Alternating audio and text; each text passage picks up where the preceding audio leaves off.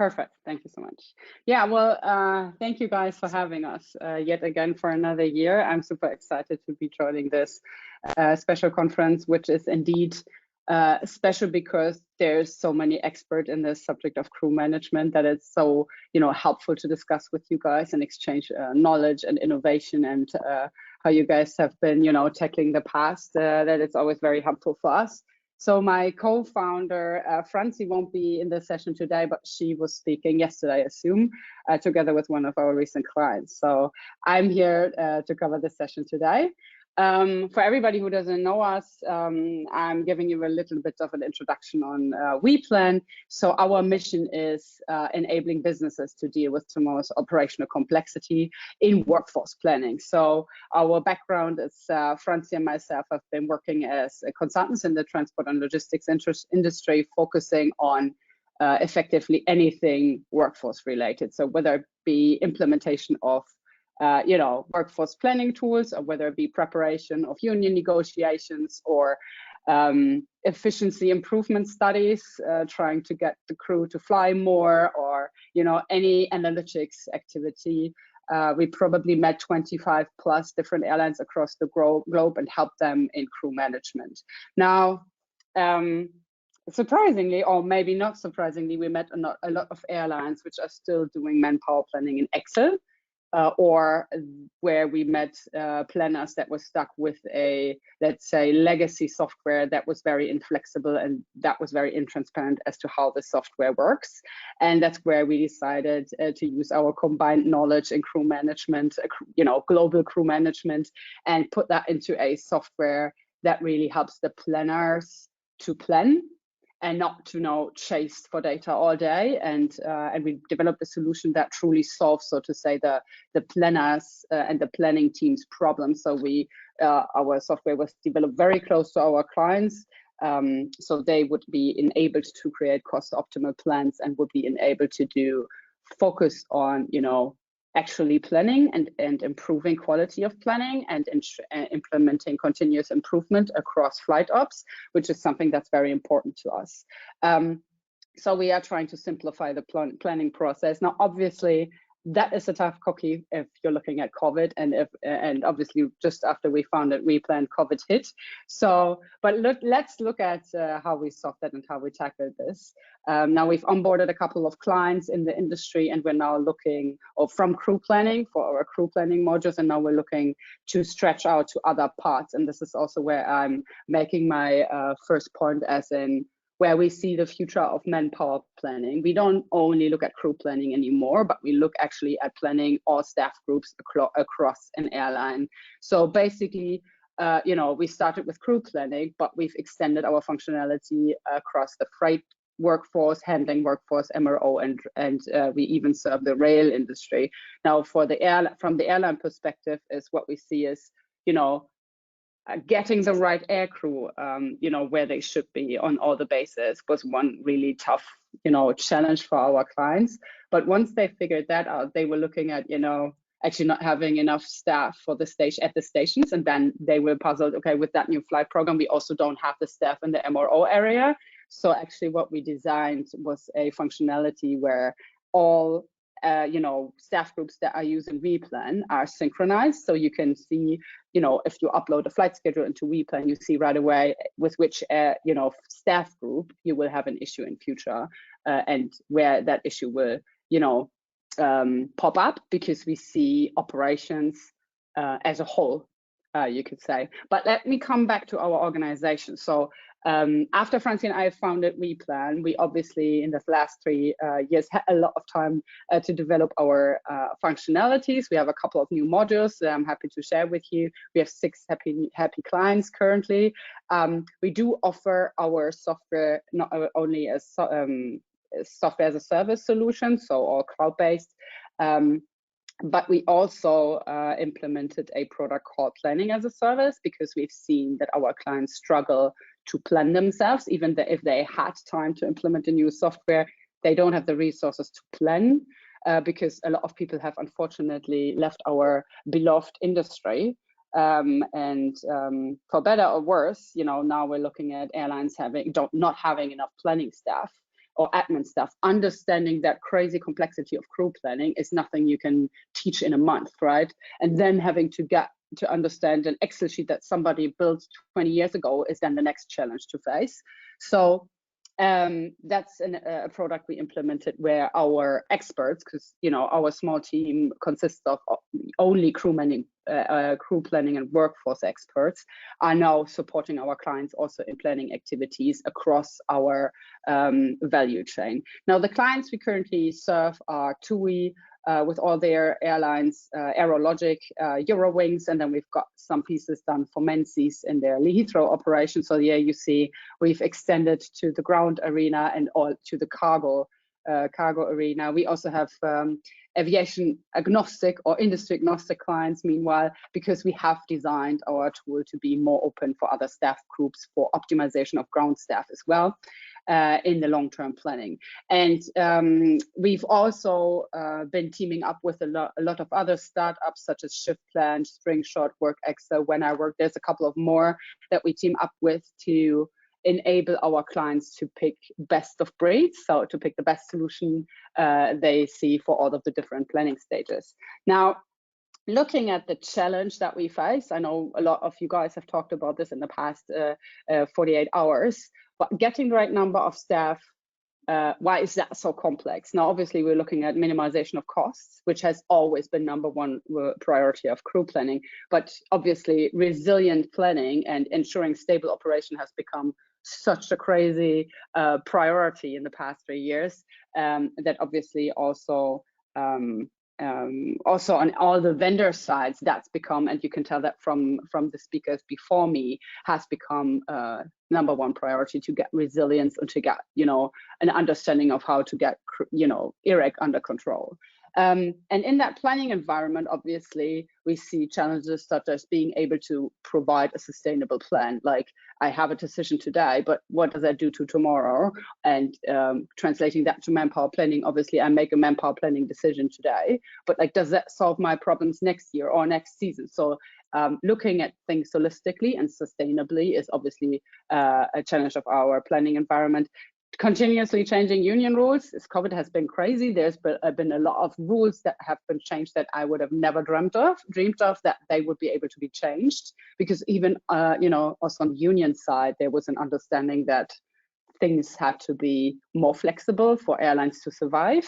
Speed of decision making is certainly #1 thing that we tackle with our solution. High volatility, same thing. And then employee happiness. Now, in the past, it's always been that discussion with crew management that employee happiness always comes at the cost of productivity. Now, our understanding is that it doesn't. Employee happiness is like, attrition is the #1 issue today. Everybody's searching for pilots. We've talked about this in the past couple of hours. So, why can we not combine employee happiness with productivity and integrate the staff and the unions in that discussion of how do we get to a commercially feasible plan while offering attractive work rules and attractive part-time agreements to our staff? And on that part-time agreement piece, something I would like to highlight is obviously part-time agreements always come with complexity because you can't roster them as nicely as a full-time equivalent. But at the same time, I think employers, and especially airlines, especially everybody from the aviation sector, needs to be more open and more flexible when it comes to what do I offer to the staff, because they're not gonna come from nowhere. So we need to be more open and more thinking out of the box as to what can we offer to make this industry a more, or the employers of this industry more attractive again, because otherwise they'll just continue to leave the industry, right? And that holds true not only for crew planning, but obviously also for ground staff planning. There even more. We all see the irregularities at airports. So ground and cargo handling has been out of control when it comes to workforce planning as well. But let's come back to our solution. So what does WePlan actually do? For everybody who doesn't know, we do long-term planning and roster analytics. So we do anything that's 3 years out to, I was going to say in the past it was until pairing, but actually ours was being used until day of ops, and then after day of ops for roster analytics. But anyways, so we've got two things: workforce demand and workforce supply, and in the middle we've got under and over capacity. Now our tool is basically replacing your guys' Excel spreadsheet or whatever you use for long-term planning or manpower planning as such. So on the workforce demand side, so figuring out who in the world do I need, how many guys do I need, where do I need them, we've implemented a solution called a functionality called the roster cost estimator, which we already presented to you guys last year. Now that solution helps the manpower planner assess how many FTE heads I need per base, in which qualification, on which day. You can also use this functionality, this function, for assessing flight schedule changes. So let's say commercial comes with an update. How much is that update? Like, can I still screw this? How much more is it? How many hotel costs? How many overtime? How many additional days in duty do I need? You can use it for assessing union negotiation changes, so CBA changes. And you can obviously also simulate strategic options such as opening and closing bases, including fleet. So it's basically a very fast assessment of a flight schedule. And it's obviously delivering much more detailed information than any manpower planner could do in that short time frame. So they would actually have to pair and roster the whole flight schedule to give a reply to commercial. So our tool does that in couple of minutes, and you can use that as a basis for your manpower establishment planning. On the supply side, so who do I actually have?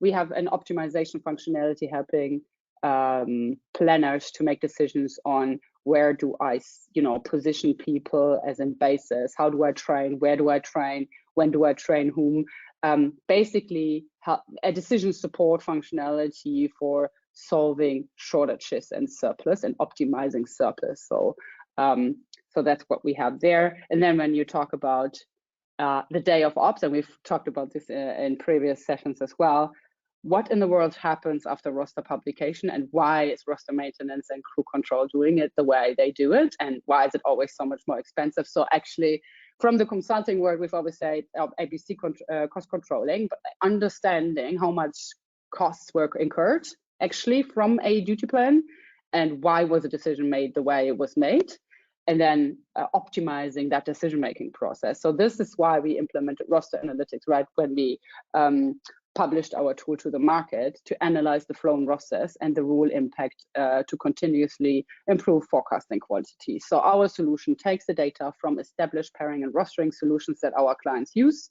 We push it back into WePlan over an open API interface, and then we analyze that data and tell the manpower planner, you've always assumed 8% as a sickness quota, but actually on a Monday, every third Monday is higher, or on Christmas it's higher. Obviously, there's a couple of things you know by yourself, but do you have a continuous supervision of all your assumptions? No.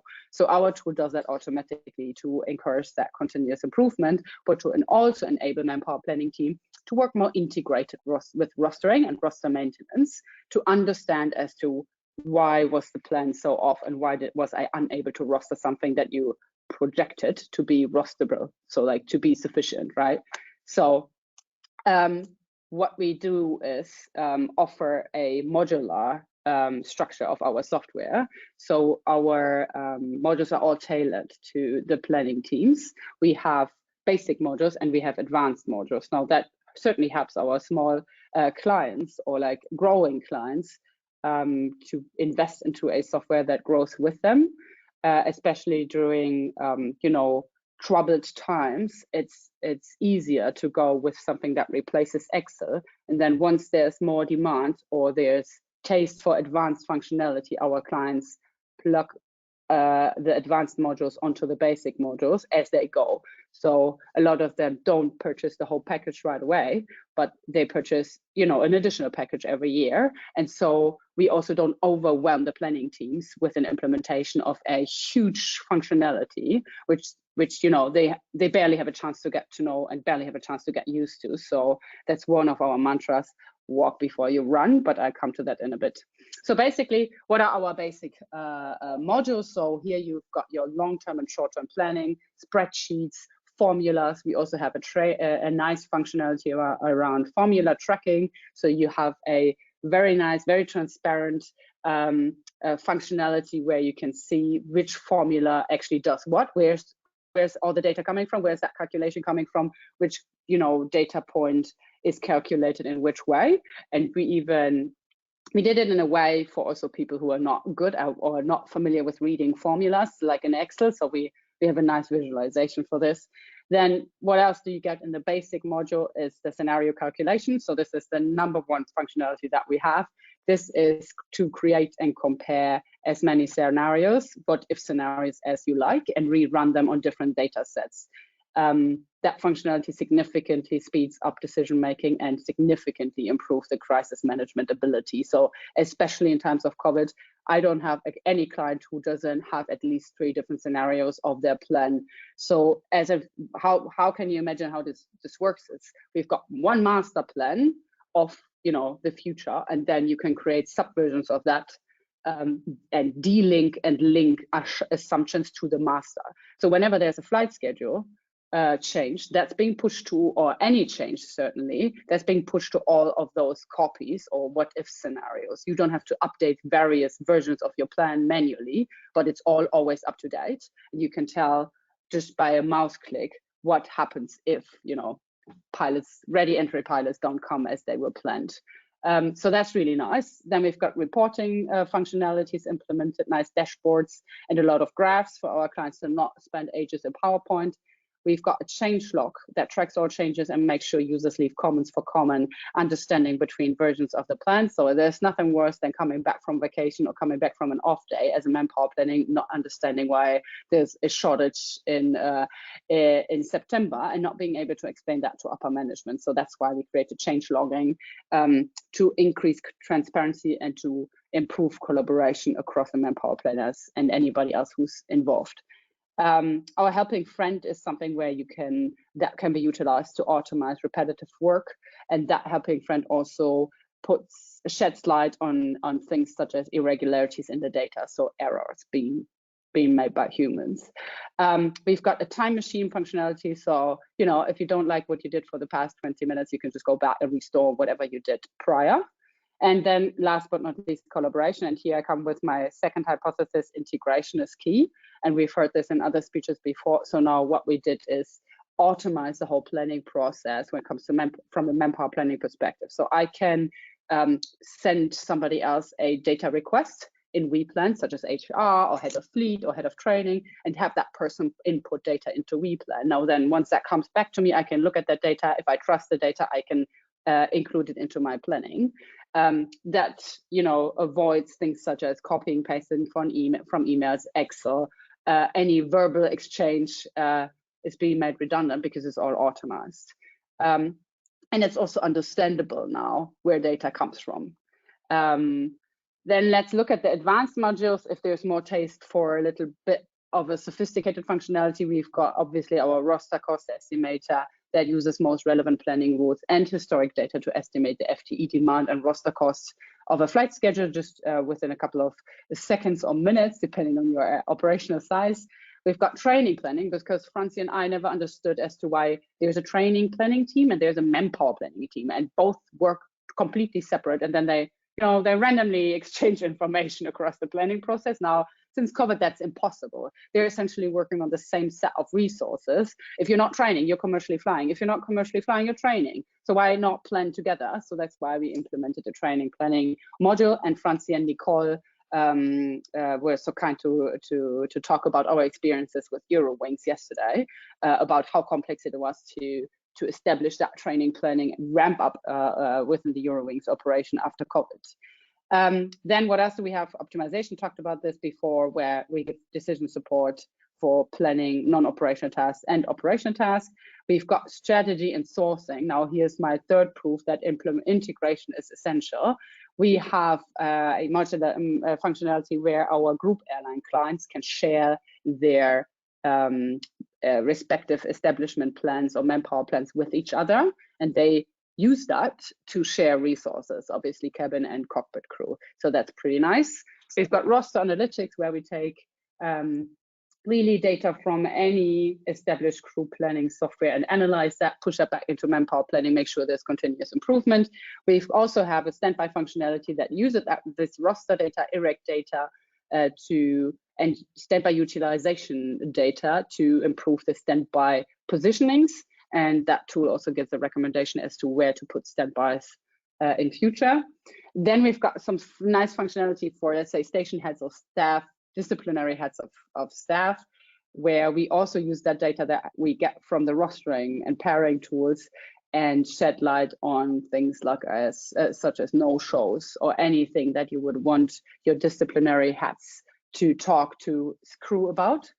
So that's what we implemented there as well, to improve that communication and to improve the quality of communication with crew. What do our clients usually achieve by implementing WePlan? So outstanding operational efficiency is obviously number one. So reduce costs on the crew side, not only heads or let's say FTE, overtime costs and training costs were the biggest levers after implementing WePlan. We've got significantly increased productivity on the Manpower planning team side. Training planning is more efficient because it's done together. And HR and staff admin obviously save a lot of time by not having to manually exchange data with Manpower planning. On the employee happiness side, we see satisfaction because our clients are able to communicate proactively with crew and with crew representatives about work distribution, about fairness, work equity, about potential part-time agreements, how much they are, whether a certain rule works or not, and how much that costs. So all this, being able to finally have data to talk to unions is so crucial, because otherwise you're just another dude with an opinion talking on the hallway, right? So that's why data analytics is so crucial for employee happiness as well. And hence that improves the motivation and basically your ability to attract more talent. Last but not least, data security. Obviously, single source of truth, having one data, like one point where all the data is, where all analytics work in Manpower planning, is so much better than having 38 different Excel spreadsheets linked to each other. So that doesn't surprise you guys, I think. Why is WePlan so great? I think our clients pick us because we're an expert team of Manpower planners and workforce planners. So you only meet competence in our teams. We're super pragmatic, obviously, because we're small. We understand the needs and pain points. We regularly collect feedback with our clients. We have open and closed user conferences where we also share free improvement releases to all our clients. Every other month. We're very flexible when it comes to developing our software further, and we obviously continuously develop the tool based on the feedback we get from our clients. We're fast, so a lot of clients appreciate how fast we can, implement change requests. If you miss a feature, we're also happy to put that on the roadmap. So we're very flexible with that on that side. And then when it comes to also implementing that or delivering planning as a service, we have a lot of experience in the team. Our solutions are built by an informed team of workforce planning experts, offering that added benefit that we can also help with the planning. So that's why our clients go for us. We have, having worked as consultants, I know how hard it is to implement IT in operations when you have absolutely no time and absolutely no capacity. That's why a lot of the work that needs to be done in implementation, such as requirements documentation, doing workshops, designing the to-be, moving to fit to standard, discussing how do we want to plan tomorrow, writing test cases, supporting testing, all that stuff is done by us. So we try to move as much as as much effort as possible from the planning team to our side, so implementation is actually doable in a very decent time frame. And what are our learnings from the past couple of months and years of implementing IT in airline ops and also implementing WePlan? First of all, walk before you run. Fix the freaking basics. Don't look at, work within, we have so many clients working with Excel and wanting to implement AI. Nobody knows how much effort it is to train AI, to implement AI. So my recommendation is walk before you run. Fix your basics, get to one single source of truth, introduce detail and flexibility, then improve your planning quality and the quality of your work. Implement collaboration and transparency. Talk to your colleagues, talk to your other, so to say, departments. introduce change tracking and performance management. And then once you've got that under control, once you've got, you know, transparency with all departments, then start automation, optimization, and look at scenario simulation. So this is how we go about all of our projects, and we've been successful so far, even though our clients have little to no time for implementing software today. Yeah, that's it from my side. So basically our solution is you get a very good value for money. We've got a lot of industry know-how in our team, and obviously we're there for business support and planning support as well. With this, I would like to close, and thank you for your guys' attention. Thank you for the presentation, your enthusiastic story. Yeah, there are some questions coming in. First one is, I think, quite simple one for you to answer, and that is, who is usually your first point of contact when you contact a new airline, new potential client? Usually it's head of crew planning or the COO, and now recently head of ground or head of cargo ops. Okay. And you mentioned that you're offering planning as a service. Yes. And that requires that either you as a service provider have in-depth knowledge of the planning process at that specific airline, or that you are more like driving the airlines into using more standard ways of operating and not going in their old set of ways that they've been using the last 27 years. Which is it? So I think there's two ways. Obviously, half of our clients are open for fitting their processes to standard, right? But if you call an external service provider to help you with planning as a service, you're usually in such great pain that you don't have, you know, time to now change any process, right? So our employees have been working with Manpower planning teams for the past 10 years. They know how Manpower planning works. It's not too hard to understand how, you know, if there's a new airline, to understand how they do Manpower planning, how their Excel works, how their formula works. Obviously, it takes some days or maybe 2 weeks for us to understand, but then we're in there and we're happy to help. And obviously, once we're there and have been helping to fix the, the burning problems they have, which is why they called us, we then start to evolve, you know, could we do this differently? This is how the industry does it. And obviously, the best thing that happens then to us is if they say, well, can you please implement your solution, because we can't see Excel, like we don't want to work with Excel anymore because Excel is not the solution. It's crazy, like it doesn't help anybody anymore. So yeah, but I have to agree, we have some really experienced staff when it comes to Manpower planning. So that's why we're being paid for that help. Yeah. Yeah, there's another question is, you mentioned 38% satisfaction gain, and was it 98 or 97% motivation gain? This is like a really precise number. So how did you measure this? So we actually did some surveys, so that's why they're so precise. But you can also take comparable data from industry research, where and I think essentially that employee happiness, or more satisfaction with planning, comes from, the airlines always think that planners that crew just wants their schedule, or that employees just want their shift plan. But actually they want to be involved. They have private issues. They have an issue with childcare. They may have sick grandparents they need to take care of. They want to be involved in the establishment or the creation of their shift. They want to swap shifts or rosters. They want to, determine things.